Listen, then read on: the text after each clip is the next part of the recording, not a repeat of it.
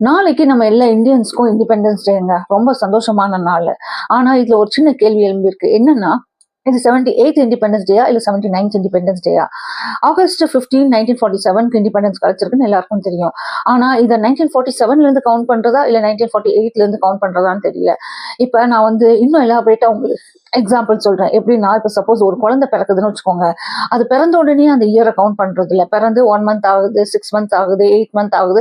அதுக்கப்புறம் தான் 1 இயர் ஆகுதுன்னு சொல்லி கவுண்ட் பண்றோம். ஆனா இங்க எப்படி கால்குலேட் பண்ணிருக்காங்கன்னா, ஆகஸ்ட் 15 1947லயே 1 இயரை கால்குலேட் பண்ணிட்டாங்க. ஸோ இப்போ வந்து பாத்தீங்கன்னா 79th ஆனிவர்சரியை வந்து நம்ம கொண்டாடுற மாதிரி சொல்லப்படுது.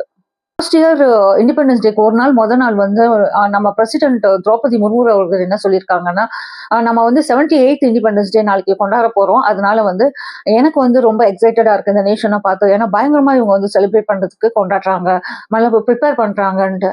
ஸோ ஆப்வியஸ்லி இந்த இயர் வந்து 79th ஆனிவர்சரியை தான் நம்ம கொண்டாட போறோம். என்னை பொறுத்த வரைக்கும் நான் என்ன சொல்லுவேன்னா, ஒவ்வொரு இண்டிபெண்டன்ஸ் அண்ட் ரிபப்ளிக் டேயும் நம்ம வந்து மற்ற ஃபெஸ்டிவல்ஸ் மாதிரி கோலாகலமா கொண்டாடணும்.